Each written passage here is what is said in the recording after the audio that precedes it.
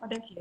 Halo, Hai Ji, Dewi, gimana? how are you? Glowing banget,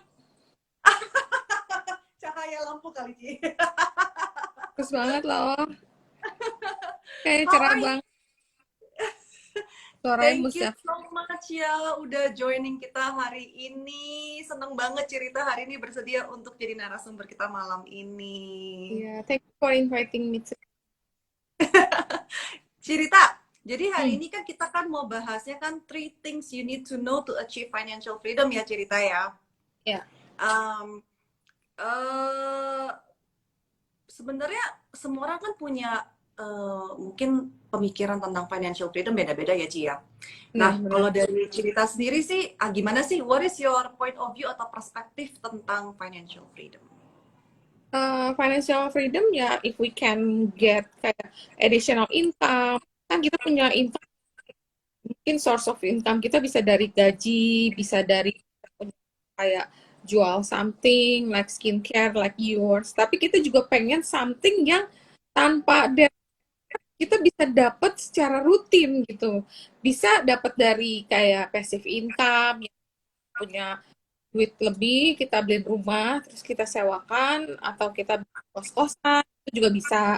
Tapi ada juga, kalau kita belum sampai at that point to have that kind of money, we can always have like, we invest into maybe like stock, or maybe kalau berani sedikit punya mau lebih risk taker, maybe bisa invest di kayak crypto.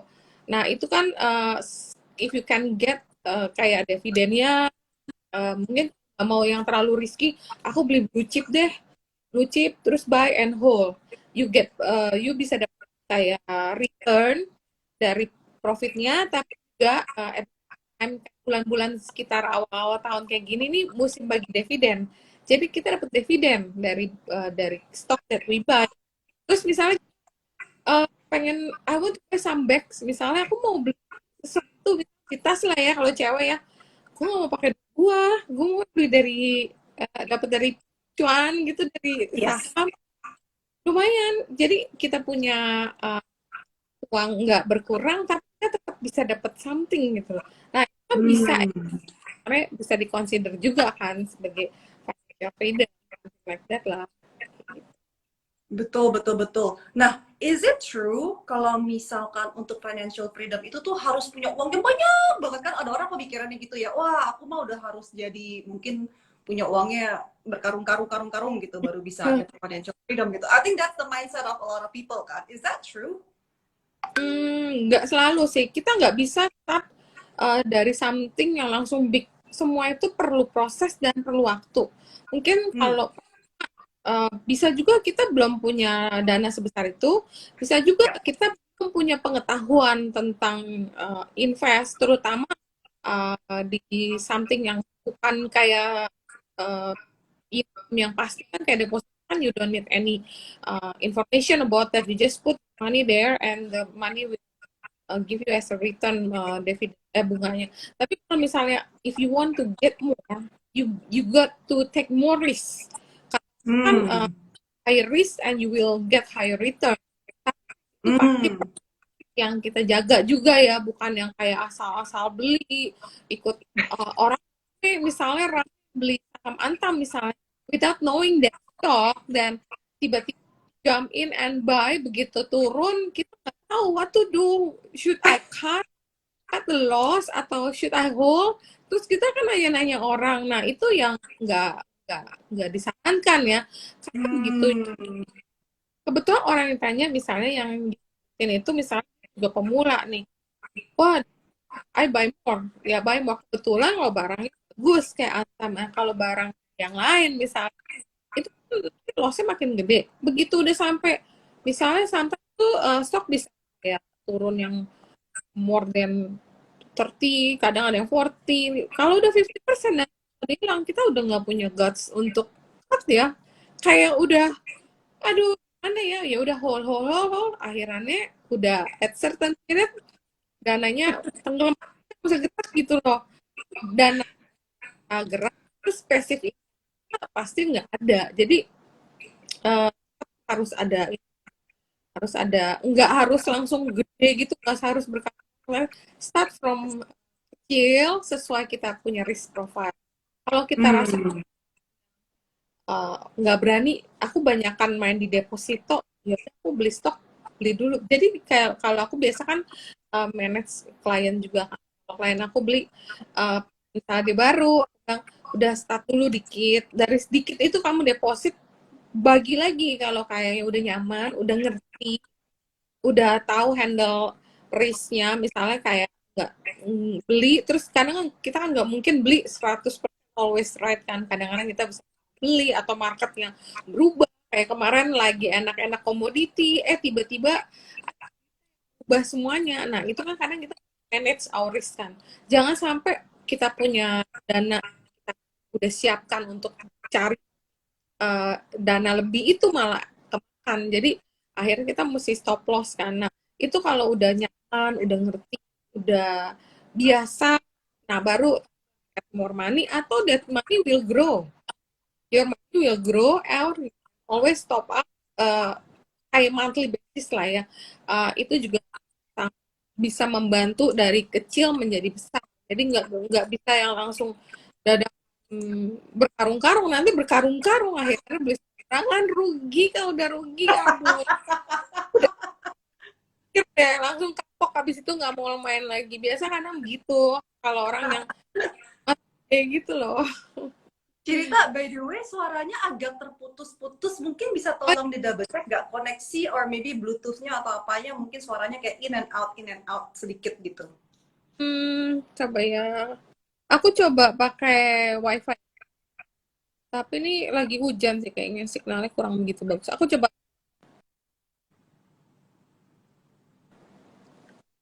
mendingan nggak? Is it better? Dia putusnya cuma sedikit sih. I think so. I think it's better. I think it's better. Oke, nah jadi kalau misalkan untuk yang pemula nih, kan tadi cerita juga ceritakan banyak yang takut, takut rugi, takut uangnya hilang. Untuk yang baru memulai nih Ci, Iya, gitu mungkin dari anak teman-teman Skin Dewi kan banyak yang baru ya baru belajar investasi atau baru bahkan mau belajar iya, investasi. Ada gak Ci tipsnya? Gimana sih untuk iya, mulainya? Gimana sih gitu? Join CLC Group ya Ci? iya, ya masih join terus, yang pasti kan banyak banget sih sebenarnya grup-grup sahamnya, dan market ini kan bergeraknya cepat sekali. Kadang-kadang kita kalau nggak, sometimes kalau kita nggak join grup itu, sore misalnya kita baca berita kita baru tahu, oh Hmm. kenapa minyak naik, oh ternyata udah ada undang-undang yang disetujui oleh Senat Amerika. Kalau misalnya kita tahu earlier, we can always buy sebelum orang tahu kan, sebelum masuk masuk Hmm. online gitu. Biasa kan ada online, media online dari luar udah kasih berita. Jadi kita, nah biasa di grup itu kan ada yang support. Tapi biasanya kalau untuk pemula mungkin ya itu pertama, kalau benar-benar baru coba dulu sebagian pokok dana yang memang udah dipersiapkan, kalau hilang ya udah gitu. Walaupun kita nggak berharap hilang, tapi kita udah mempersiapkan, kita punya istilahnya, ya udahlah pokoknya gue tes ini kayak uang sekolah, buat belajar, pasti ada jatuh bangunnya seperti kita juga belajar pertama kali jalan, jatuh ada bangun.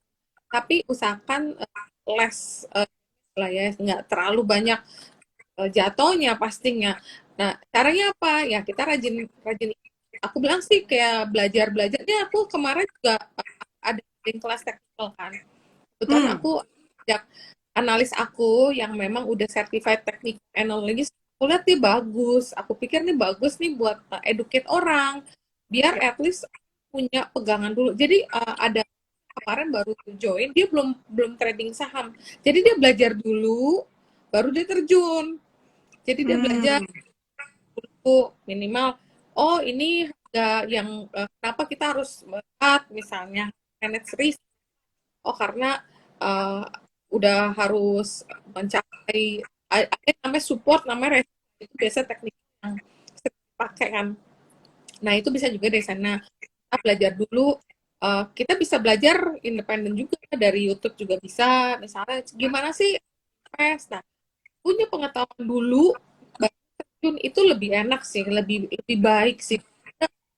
Aku juga sering banget yang bener-bener nih saya baru pertama kali nih, belinya gimana? Ada, dan I got one client who is of 80, umurnya itu 80 gitu loh.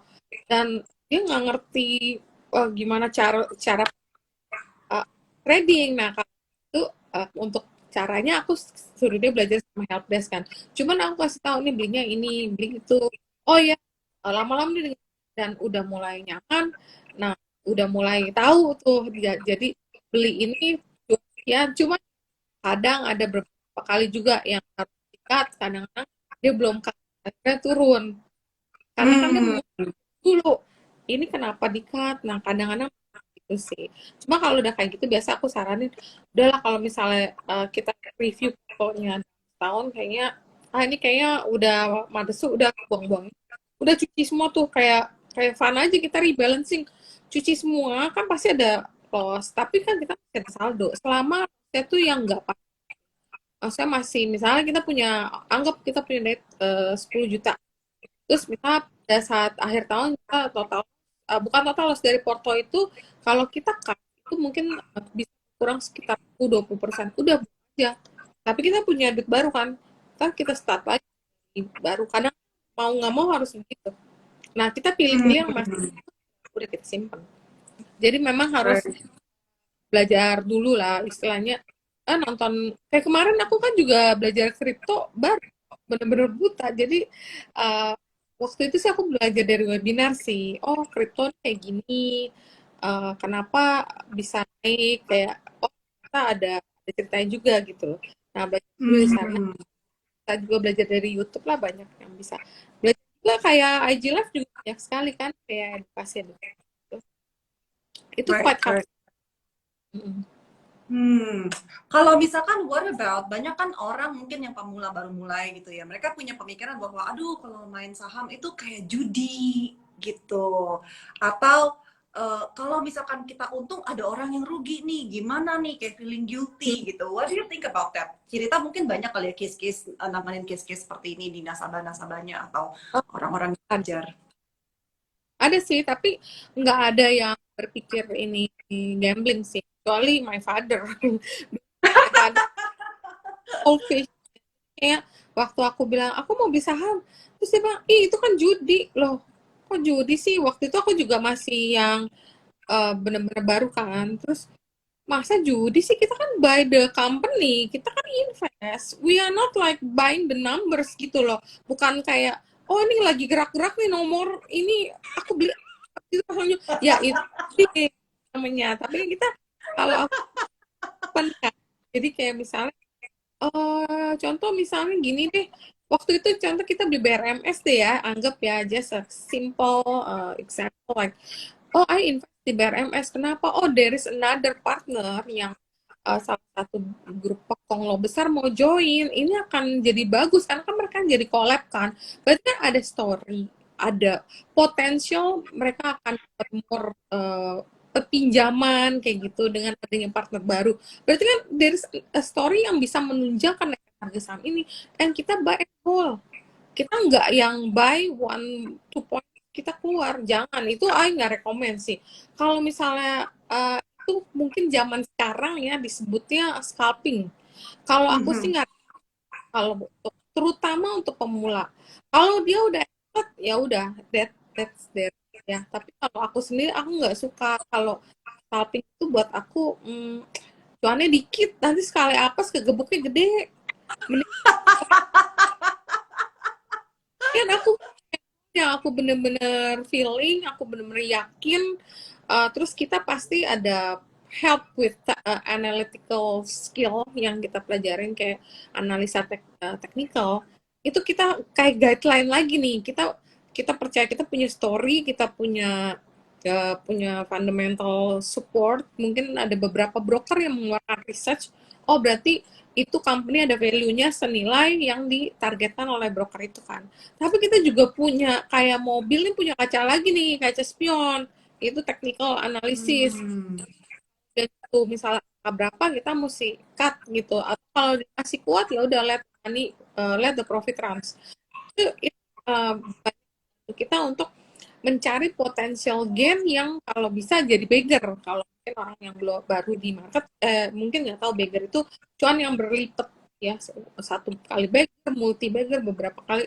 Aku sih kayak ya kayak tadi kan kita beli di 90-an. Kemarin aku jual 190. Aku pikir newsnya Wow. udah keluar ya udahlah kita realize our profit kan.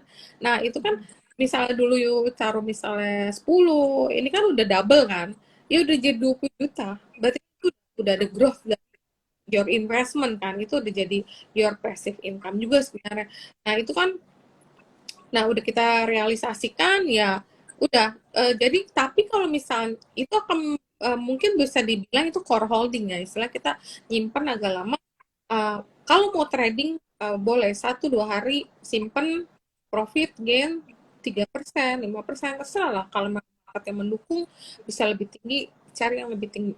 Tapi kalau misalnya market yang nggak benar ya udah kita. Tapi kalau misalnya yang modelnya kayak beli 1-2 poin terus kita ganjel bid biar kelihatannya bener, tapi kita udah pasang jual, itu nggak boleh kalau menurutku. Ya kayak kamu tadi bilang bikin orang rugi kan, jadi ya orang pikir ini ada real buy, so they buy up, which is already put our sell di sini nih, ya itu nggak boleh. Lagian bisa dapat berapa sih dari segitu, itu capek loh trading, Ini capek. kayaknya nggak tahu ini ada satu yang kita juga kenal yang jago banget scalping, nggak tahu dia lagi nonton atau enggak nih, mungkin dia ada komentar-komentar enggak juga kok. Oh Oke, komentarnya mungkin pada aku diem. intermezzo. Sorry, Ya kenapa? nggak, aku lihat apa ini komen-komennya lagi stuck gitu kayaknya signalnya. Komen-komen lagi stuck. Oh iya, signalnya kali ya. Aku mungkin intermezzo sebentar ya untuk teman-teman yang baru join. Thank you so much for joining us. Di sini dengan aku Dewi Kau, founder dari Skin Dewi dan juga Cirita Effendi. Nah, kita lagi bahas tentang how to achieve financial freedom. Nah, sebagai intermezzo, by the way, skincare itu juga kan juga investasi ya. Nah, untuk teman-teman yang mungkin baru join, yang baru kenal juga sama Skin Dewi, nah, untuk hari ini kalau misalkan mau nanya-nanya, nah we have a special bonus atau promotion for you guys. Mungkin dari tim Skin Dewi boleh tolong bantu taruh di komen, di pin ya, kontak number yang bisa dikontak atau bisa langsung DM juga ke Skin Dewi. Oke, cerita lanjut lagi nih ya. Tadi seru banget, aku masih banyak pertanyaan. Tadi kan cerita bilang kan, kalau gimana kita harus cut loss, kalau gimana kita harus realize profit. I think itu susahnya sih, Ci. Kadang misalkan kita denger ini, wah, iya nih bener nih, bagus nih beli. Oke, belinya gampang ya kan. Begitu mau jualnya bingung, Ci. Ya kan, kita jual Nah, takut dia naik lagi, berasanya rugi. Ya dia turun, kita mau jual dia naik. Gimana tuh, iya, Ci? tapi kadang aku udah relain, misalnya gini, kadang aku beli terus cuan nih, cuan, aku jual nih. Kayak kemarin misalnya, kayak Indi deh, aku beli di bawah waktu 1.800, 1.400 aku kumpulin kan. Tiba-tiba naik kan, ya 2,5, oh oke dong, profitnya udah lumayan. Ya aku sell setengah. Udah naik lagi sampai 3.000, wah sempat sempat kayak, aduh coba hold semua nih, jualnya 3.000, lumayan bedanya. Cuman udahlah nggak apa-apa lah, itu udah rezeki. Yang penting cuan. Kalau udah Yang pikiran, penting cuan itu ya, mindsetnya ya. Yang penting ya cuan, jangan pikir ruginya ya. nggak boleh mikir kadang greedy juga. Lain juga yang modelnya gini loh, untung nggak mau dijual, tapi begitu rugi jual karena dia Nah, ketakutan. Bener. Itu bener banget sih. Tapi how do you know when to sell gitu kan? I think itu yang paling orang bingung kan. Kayak taunya gimana sih? Atau mungkin ini dibahas di kelas cerita? iya mungkin udah harus ada kalau kita invest atau kita beli itu kita udah punya plan nih. Misalnya kita beli nih apa sih yang hari ini, oh Antam, misalnya Antam kan pagi itu sempet ARB, lihat kan, tahu tuh dia naik 25, pas aku lihat 25.40, 50, duh gue beli kali, kita beli, oke, kita beli, kita udah punya plan. Kalau misal nggak bener, gue nggak mau ke kunci, gue ARB sebelum ARB aku cut, salah udah urus dulu deh, yang penting aku itu plan plan dulu. Nah kalau misalnya naik ya udah aku nggak pasang jual. Siapa tahu nikelnya itu akan lagi lanjut, dan misalnya Ukraina dan Rusianya masih belum beres, berarti punya potensi untuk naik lagi. Itu udah, walaupun itu belum pasti terjadi, but at least kita udah punya pikiran, oh akan kayak gini-gini. Atau bisa juga misalnya aku beli MPP, aku udah 2-3 hari yang lalu, di hari Selasa, karena aku lihat berita kok banyak tentang new economy, sorry, all economy, kayak ekonomi mau open kan. Oh nanti nggak usah lagi PCR, nggak usah sangat social distancing, udah mulai ada rencana nanti, pokoknya berarti kan ekonomi akan jalan lagi. Kalau ekonomi jalan apa? Toko-toko buka kan, toko-toko buka, oh kayak matahari udah di tarik harga segitu dong, lebih masa nggak berani, kemarin di 1.000 Hmm. empat. Nah itu at least sudah trend. Tapi kalau gagal, oke, ntar gue cut. Kalau misalnya harga ARB itu kita cut. Kalau misalnya ARB Hmm. masih kayaknya, tapi kalau misalnya ARB-nya nggak 7%, nanti udah takut juga ini. Begitu masuk kita memang udah harus ada rencana deh, pokoknya kalau kalau bisa usahakan mempelajari technical analysis, itu lumayan sih membantu. Nah tapi kalau misalnya kita itu ada plan A, plan B, bisa bullish and bearish deh. Kalau bullish kan kita terus baru kita jual. Uh, Bullish kayaknya gue mau jual, dia kan pernah tertinggi di 1.000 atau enggak 900. Oke, gope. Kalau nyampe gope, gue lepas.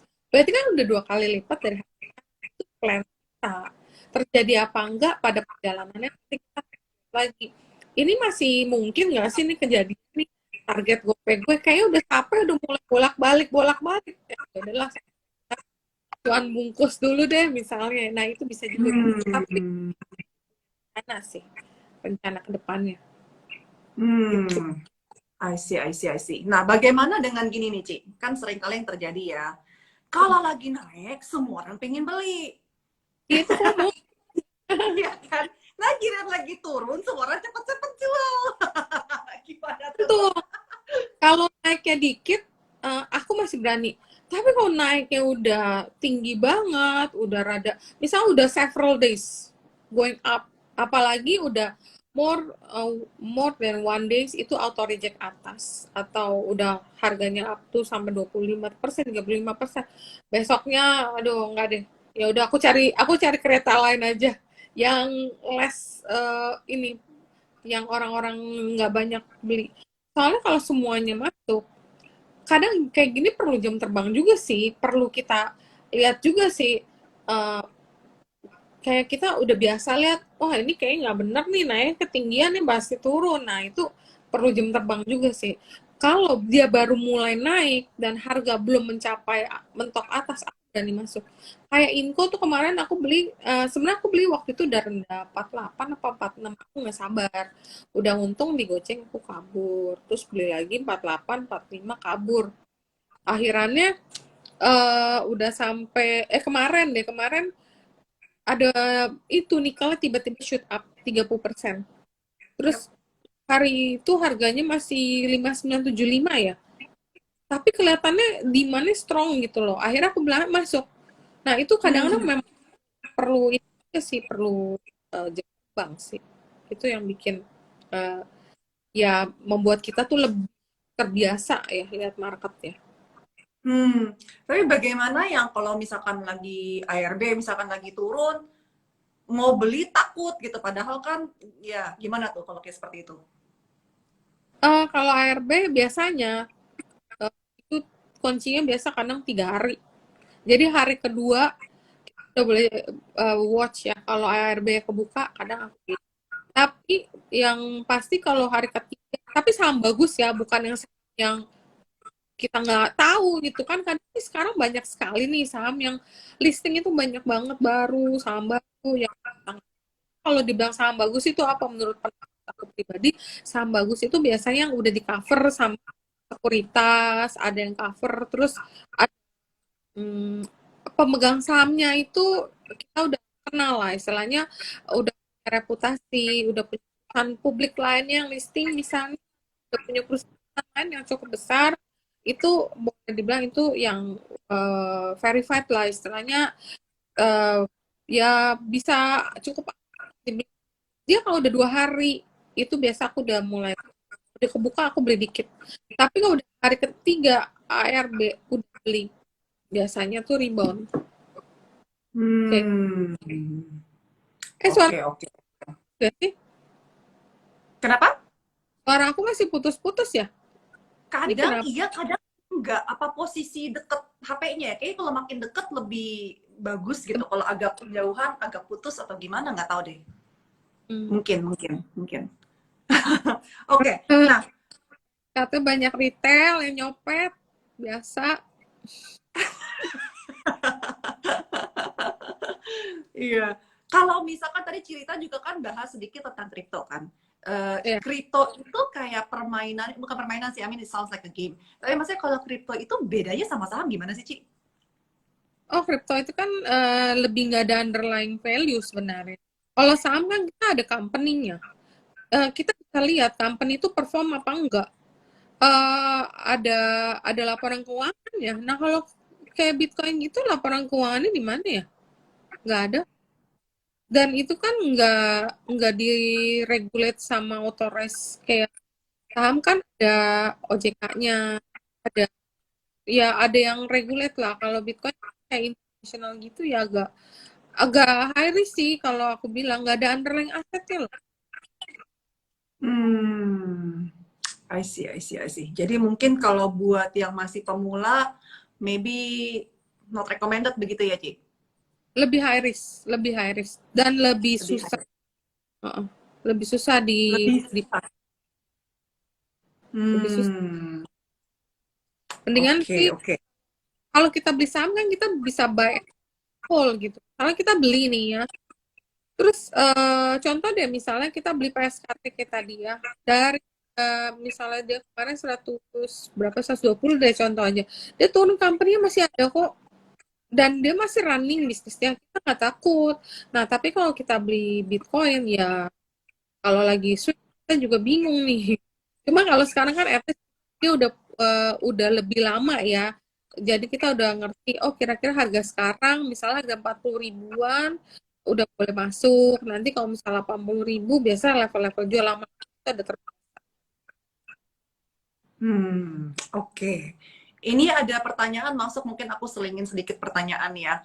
Ada yang nanya, cerita gimana cara menentukan rotasi sektoral yang akan bullish? biasa sih sebenarnya ada satu tools ya di Bloomberg, tapi Bloomberg itu biasa kan berlangganan. Tapi dari sana bisa kelihatan tuh dia ada siklusnya. Ini yang arahnya mau ke atas, ini udah mulai capek, naiknya udah mau turun. Biasanya di bawah ini yang turun nih. Dan udah turun biasa yang sebelah pojok kiri bawah itu akan udah istilah udah mulai laggard. Laggard terus baru mau dia siklusnya ke jarum jam. Itu bisa pakai tools itu atau bisa juga kita pakai ini kayak gini loh. Oh, ini ada story ya. Kalau mungkin kita bilang story ya. Kayak ada perang nih. Kalau ada perang apa? Biasanya orang akan hedging, akan hedge ke mungkin kayak emas dulu. Tapi kalau emasnya naik, mother of commodity itu kan boleh di bawah emas. Emas naik, terus Rusia itu relate sekali dengan oil.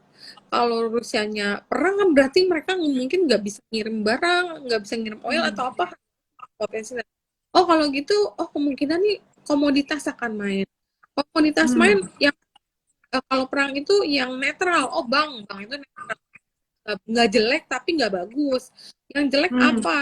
Oh berarti yang consumer. Kenapa? Karena bahan-bahan consumer itu erat sekali dengan pangan atau soft commodity.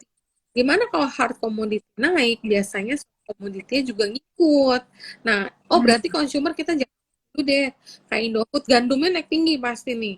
Kita tahan dulu. Jadi kadang pakai story juga sih. Nah, kalau misalnya kayak kan kita baca, pemerintah menerapkan tadi aku bilang nggak usah PCR, nggak usah antigen, terus pembatasan udah mulai dilonggarkan, berarti kan orang akan beraktivitas, akan keluar, akan boleh lagi ke Bali kemana, dan ada lagi misalnya wisatawan yang masuk nggak perlu di isolasi nggak perlu lagi deh kayak gitu. Jadi kan, oh berarti akan rame lagi di jalan. Kalau di jalan apa? Ya biasanya lagi yang retailer hidup lagi. Terus kalau retail hidup, toko-toko jalan, mallnya rame lagi. Mall beberapa emiten yang punya mall itu udah di bawah loh, murah-murah banget.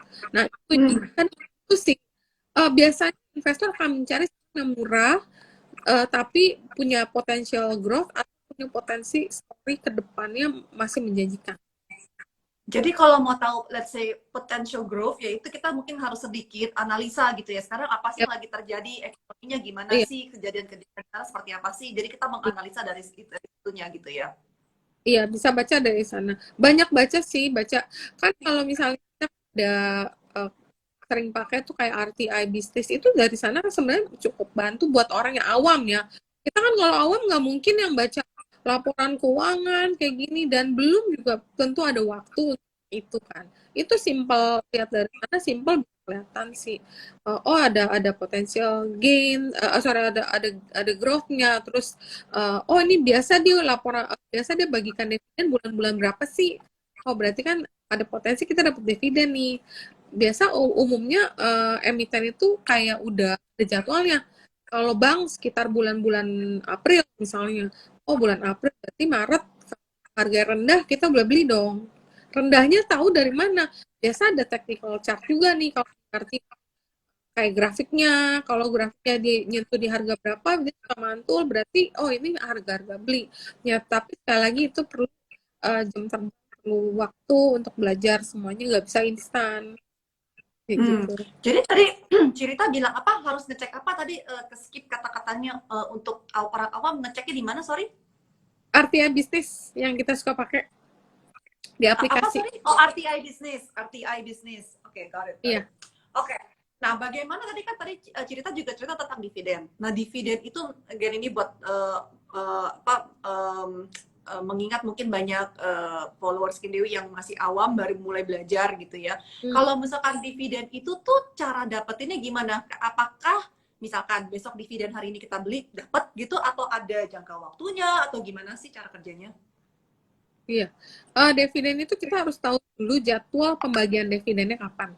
Dari jadwal itu kita harus beli sebelum X. X itu berarti bekas kan, kayak ex wife, ex husband, berarti bekas. Jadi kita harus beli sebelum di sana ada tentuannya tanggal X dan tanggal kum adalah hari terakhir kita mendapatkan dividen itu. That is what we call cum date. Jadi jangan pernah beli company kalau udah X. X itu bakalan saham itu akan di-adjust dengan dividennya, besok akan turun. Misalnya 1.000, dividennya 100.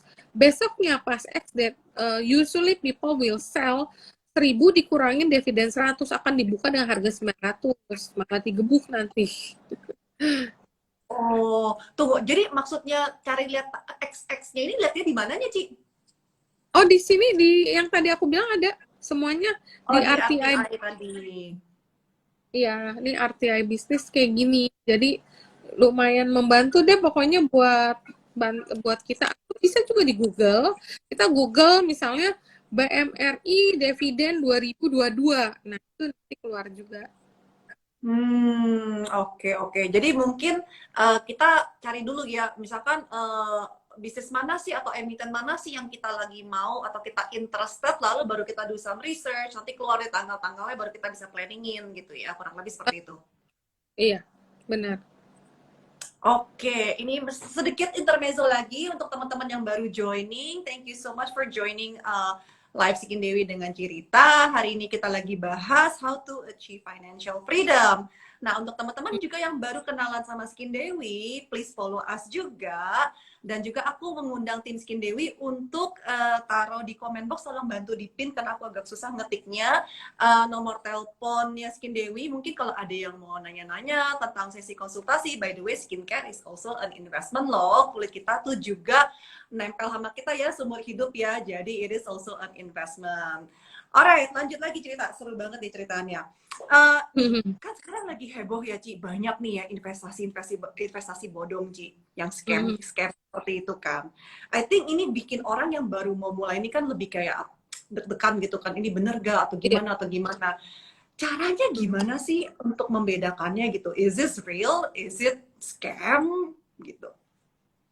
Pokoknya investasi atau penawaran investasi yang is too good to be true itu udah mesti, kalau misalnya taruh duit misalnya returnnya bakal fix mungkin 10-20%, itu aja aku udah ragu. Aduh, return yang fix itu dapat dari mana? Kalau misal taruh deposito, sekarang suku bunga itu rendah gitu. Mau main di mana? Misalnya aku juga sering ditawarin. Oh nanti kita invest misalnya di plantation, kita mau beli uh, kebun kelapa sawit. Ya udah, tapi bayarnya sekian persen itu dalam waktu singkat itu gimana ya caranya? Tetap kan nggak masuk logika kan? Itu kan perlu waktu untuk planting, untuk panennya juga perlu waktu. Gimana bayarinnya? Berarti kan udah kemungkinan besar itu money game. Jadi uang aku akan dibayar dari investor baru yang masuk, di mana investor yang tadi akan dibayar sebelumnya. Itu kan gulung-gulung terus kayak gitu. Biasanya kalau kayak gitu udah, ya kita udah hati-hati. Terus yang penawaran yang sangat-sangat menarik, nanti taruh misalnya berapa juta dapat lagi, hmm, apa biasanya katanya kamu cari kaki lagi, nanti dari kaki itu dapat lagi return fix. Udah kayak nggak ada, there is no free lunch in this world. Semuanya itu perlu kerja, perlu kayak kita yang meres otak, kadang per juga pas salah beli, aduh stres gitu loh. Itu juga ya nggak ada kayak gitu. Jadi kuncinya if it's too good to be true, it is too good to be true gitu ya. Mesti dipertanyakan deh kayak gitu. Tapi yang banyak Hmm. yang suka dan percaya ya. Mhm, mhm, mhm. Yeah, that's true sih. Nah, what are your thoughts about budgeting atau saving versus investing? Budgeting atau ini yang paling bagus ya. Aku waktu kemarin pernah bikin kayak webinar punya materi ya. Ini kalau kita bisa uh, nabung atau investing dengan cara efek compounding itu akan sangat menguntungkan. Efek compounding itu kayak berbunga kayak kita bunga dari kartu kredit itu compounding, tapi itu merugikan kita. Jadi gulung loh. Jadi kalau kita bisa rutin misalnya kita tabung untuk investasi. Saldo awal 6 juta. Terus kita ada cuan nih 5% dalam setahun. Nah, cuan kita itu kan jadi akhir tahun 3 juta kan. 6,3 juta itu jangan ditarik, jangan diambil 300.000 buat belanja skincare dulu, jangan. Nanti kita Boleh dong Ci kalau belajarnya Skin Dewi Ci. tunggu tahun kedua lagi. Dan tahun kedua, nah dari tahun kedua itu kan kita punya duit kan 6,3 kan tadi kan. 6,3 terus kita tambah cuan lagi nih 5%. Tapi kita nambah lagi 6 juta. Berarti itu tabungan tambah lagi 6,3 tambah 300 tambah 6 juta itu jadi berbunga tambah kita tabungan rutin itu akan lebih efektif ya. Maksudnya lebih cepat kita dapat dana untuk investasinya. Nanti saldo akhir tahunnya bakalan lebih gede lagi. Nah, udah kayak gitu, udah gede cuannya baru dibelanjain skill ya. Wih, gitu. Aduh jangan dong Ci, nunggu 2 tahun lagi Ci. Biar bisa ambil from top to toe. Ini ada yang nanya, pertanyaan dari Pauline.Elsen. Bagaimana untuk saham IPO? Gimana cara tentuin untuk masuk atau tidak? Oh, Iya, saham IPO nih. IPO agak susah sih. Banyak sekali yang company-company yang baru IPO. Kadang kalau kayak gitu aku suka Google sih, aku baca sih. Misalnya company yang mau listing, contohnya ya, contoh aja TR apalah, misalnya terus aku Google. Nah, biasa di sana tuh suka ada yang bikin tutupnya juga. Aku dengerin ini uang yang paling penting adalah dana IPO itu buat apa? Dia IPO buat apa? Hmm. Kalau dia Hmm. IPO Hmm. ekspansi, buat memperbesar usaha dia, oh itu oke. Tapi kalau misalnya dia IPO dan sebagian besar daripada IPO buat bayar utang, aduh biasanya capek deh. Biasanya kurang perform biasanya sahamnya. Karena kan Ah, besar atau most of the uang IPO itu buat bayar utang ya, yang tahunya biasanya sih dari mana? Itu dananya untuk itu apa? Apakah ditulis? ditulis dari prospektus. Kalau rajin sih baca, kalau malas kita tinggal Google, biasa udah dimuat di media garis besarnya, poin-poinnya, dari sana kita tahu uh, dia misalnya mau berapa persen share. Kalau bisa, kalau ada orang yang dekat kerja di market, kita bisa ngecek ini strategic IPO atau real IPO. Strategic IPO itu pasti naiknya gitu. Strategic itu means the share itu nggak semua di sell di public, tapi udah ada another standby buyer yang beli itu saham. Jadi dia misalnya launching 20 bio misalnya, tapi jual ke publik itu yang dilepas mungkin hanya satu atau dua, sisanya udah ada big fund yang beli. Nah biasanya itu naik, banyak udah Hmm, semua. Less I publik pegang itu akan naik. Kalau mau publik kan berarti kan akan ada yang jualan-jualan dan kita kan gitu. Gitu. Hmm, oke oke. Itu kata si Budi Dewi katanya mau IPO ya. Gua aminin aja, Bud. Gua Amin, aminin aja. amin Nah, nanti jadi kita yang bantu promotin. amin, amin. Oke, jadi tadi balik lagi untuk budgeting dan saving. Jadi artinya kita harus compounding gitu ya. Jadi kita Ya, kalau savingin, kita kalau kasihin, terus bunganya digulung lagi, digulung lagi, digulung lagi seperti itu ya. nah, Nah, bagaimana dengan kalau misalkan kayak budgeting gitu? Misalkan buat orang yang kan banyak yang misalkan mau beli rumah lah, atau mau ngapain lah. Ada gak dari tips dari cerita gitu, caranya gimana sih untuk budgetinginnya seperti ini gitu? Karena I know banyak yang mungkin baru mulai mau mau beli rumah atau masih mulai menabung gitu. Mereka agak-agak struggling di bidang di bagian sini untuk budgetingnya gitu. Ada nggak tips dari cerita? itu sih biasanya balik ke orangnya masing-masing ya, karena kan kebutuhan orang itu sangat berbeda.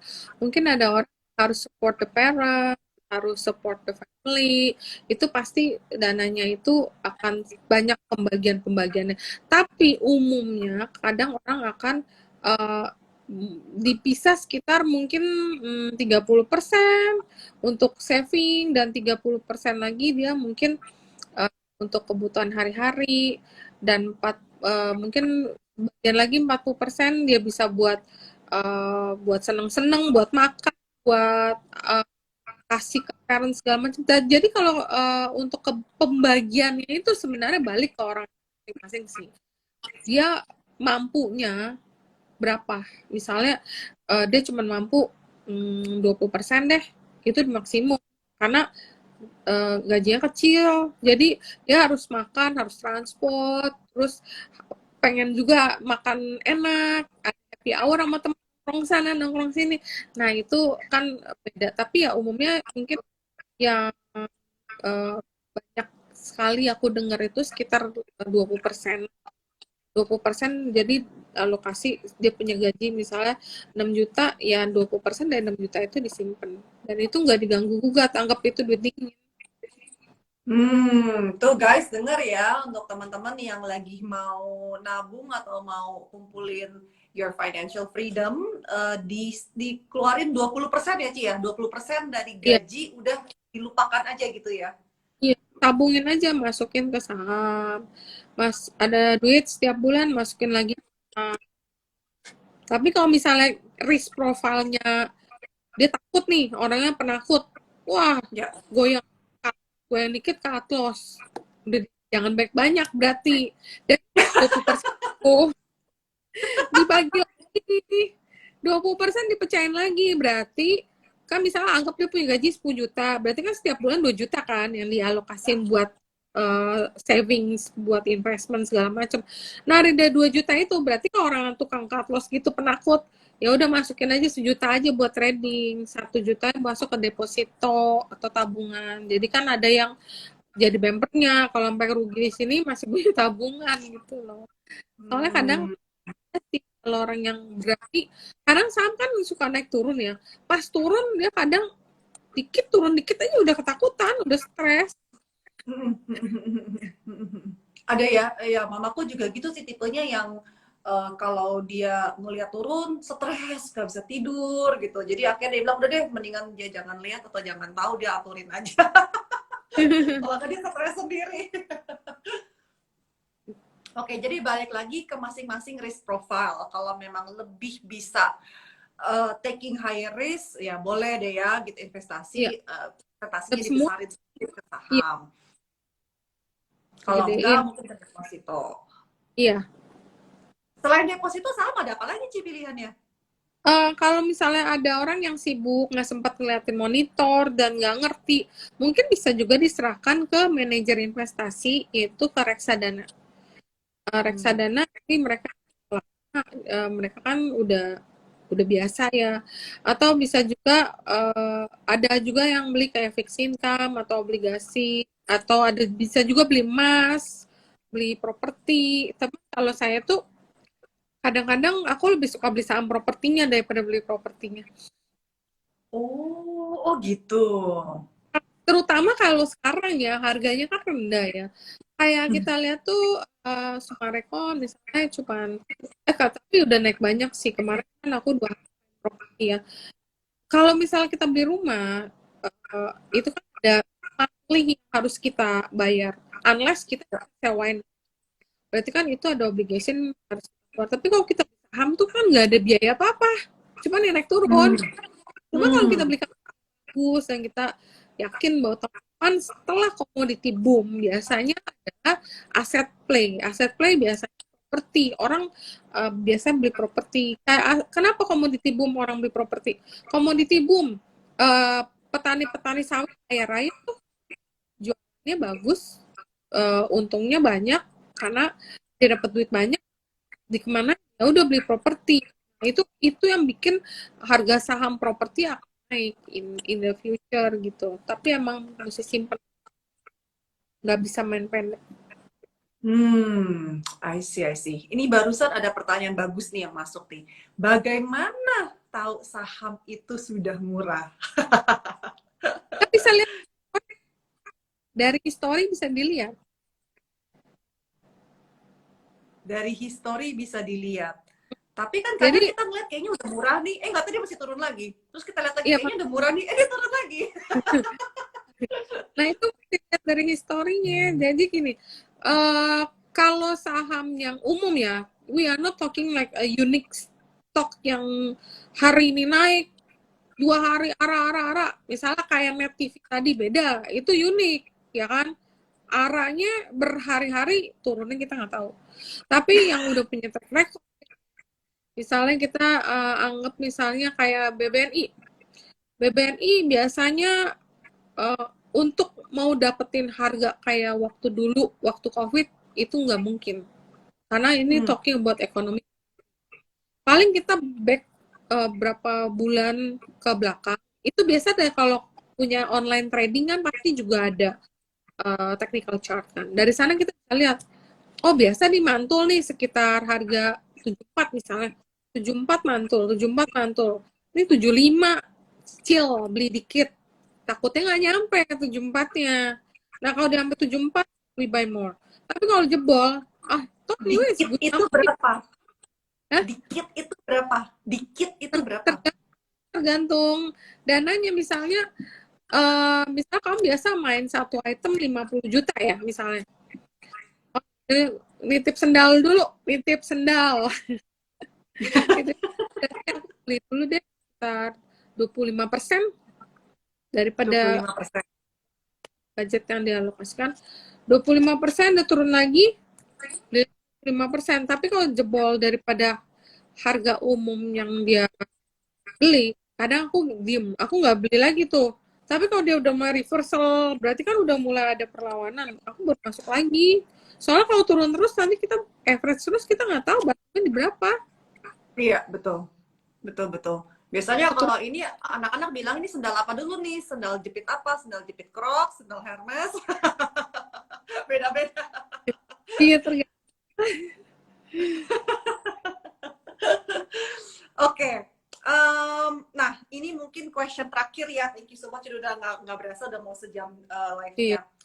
Banyak orang yang menganggap money itu kayak security gitu kan. Kayak mereka mau cari uang segala macam karena to feel secure gitu. mm-mm. What do you think about that statement itu? Money equal security. Ya emang bener, tanpa money kita nggak bisa, we cannot buy any food, we cannot buy our daily needs. Ya itu benar. Jadi memang uh, money itu, makanya kita harus benar-benar bisa jaga atau manage our money dengan baik. Jangan pas kita lagi punya dana lebih, dana banyak, kita hambur-hamburin buat party, buat kayak yang lebih melebihi kapasitas. Misalnya kita punya gaji 5 juta, tapi kita beli tas yang harganya 6 juta. Ya, itu nggak wise kan? Berarti kan you need additional money untuk loan, berarti untuk pinjam dong. Kan duitnya gajinya cuma 5 juta. Nah, itu nggak wise, berarti kita nggak prepare nanti kalau masanya kita misalnya tiba-tiba apa, terus kita nggak ada kerjaan lagi, kita nggak punya dana darurat, nggak punya dana cadangan. Nah, itu memang harus ada manage dengan baik. Benar, itu money itu always, mungkin money is always the king sih. Tapi bagaimana dengan orang yang udah punya duit banyak tapi masih anxious terus, Ci? Ya, Gimana tuh? banyak atau gimana nih? Kenapa? Anxiousnya kurang banyak atau gimana? Nah, macam-macam deh. Anxiousnya kurang banyak, anxiousnya nanti kalau kenapa-napa dianya stres, ya for Itu any mah reason. kan Itu kenapa, sorry? orangnya suka stresan. Itu emang orangnya suka stresan ya. Iya, bukan karena duitnya. Itu ada temen yang kayak gitu. Mhm. Banyak sih, Ada. aku kenal banyak orang yang seperti itu. Mau duit Iya, banyak, duit dikit, stres juga sama juga. iya, banyak duit stres, nggak ada duit lebih stres lagi. Iya, betul. Artinya orangnya nggak bisa happy ya, Ci. Nggak bisa, overthinking. Kebanyakan mikir. Overthinking. Tuh, dengar ya teman-teman ya, jangan overthinking. Itu Yumiko ketawa, suka stresan. Kalau Yumiko kan beda. Happy terus, happy. Go Kalau lucky. Yumiko mah happy terus. Juga happy, Katlas happy. Oke, oke. Thank you so much, Cirita. Ini sudah mau ke pengakhirannya The Live IG hari ini. Aku mau terima kasih banget untuk teman-teman semua yang udah joining kita, dan tentunya juga Cirita yang udah sharing banyak banget. Seru banget conversation hari ini. Nah, one last spiel untuk teman-teman yang baru pertama kali ikut Skin Dewi. Please follow us, IG-nya Skin Dewi, dan juga kita ada promo spesial nih untuk teman-teman yang ikutan live hari ini. Bisa nanya-nanya ke DM langsung ke Skin Dewi untuk belanja skincare-nya, karena jangan lupa kulit kita juga investment yang jangka waktu panjang. Jangan dengerin cerita tadi bilang kayak 2 tahun baru belanja Skin Dewi. Jangan. Belanjanya sekarang. Tahu dong belinya di mana? Nah, oke, belinya di mana? Oke. Nah, kalau mau yang gampang, males repot-repot, langsung DM aja. Nanti akan Hmm, dibantu dengan produk spesialis kita. Langsung bisa check out. Nah, hmm, kalau misalkan mau cari tahu lebih banyak, ada websitenya kita di www.skindewi.com, ataupun juga ada di Tokopedia, Shopee, Blibli, Lazada. Kalau mau hmm. datang langsung lihat barangnya, boleh juga. Kita ada di Lotte Avenue, ada di Aeon, atau bisa datang ke headquarters kita di Peak, di Gulf Island. Nah, kalau mau for more info, follow dulu aja Skin Dewi, nanti semua informasinya ada di sana. So once again, sudah coming Oke, up to the end of the hour. Thank you so much, Chirita. It's been so lovely thank chatting you. with you. Ya, Thank you so sehat much. selalu ya. Yes, sehat-sehat selalu. So with that, I think we will end this IG live. Thank Ya. you.